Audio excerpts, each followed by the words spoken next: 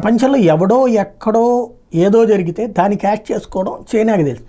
China వాస్తవంగా నాస్తిక సామ్రాజ్యం, అంటే అక్కడ ఉన్నటువంటిది కమ్యూనిస్టు పాలన, అక్కడ నాస్తికత్వం ఉంది, ఏ మతాన్ని అంగీకరించినటువంటి తత్వం ఉంది.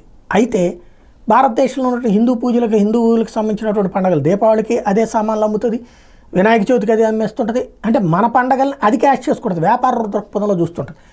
దాని మెంటాలిటీ ఎట్లా ఉంటుంది అంటే అమెరికాకి చైనాకి బద్ధశత్రుత్వం. ఇప్పుడు అమెరికా అధ్యక్షుడు ట్రంప్ తాజాగా ఏదైతే కాల్పులకి గురవటం, కాల్పుల తర్వాత అతను తప్పించుకుని ఆ తర్వాత లెగిసి నుంచుని ఇట్లాగా చెయ్యి బిగబట్టినటువంటి దృశ్యం ఏదైతే ఉందో ఆ ఫోటోని ఇప్పుడు చైనాలో టీషర్టుల మీద పెట్టి ఇమ్మీడియట్గా మధ్యాహ్నానికలా తయారు చేశారు టీషర్ట్.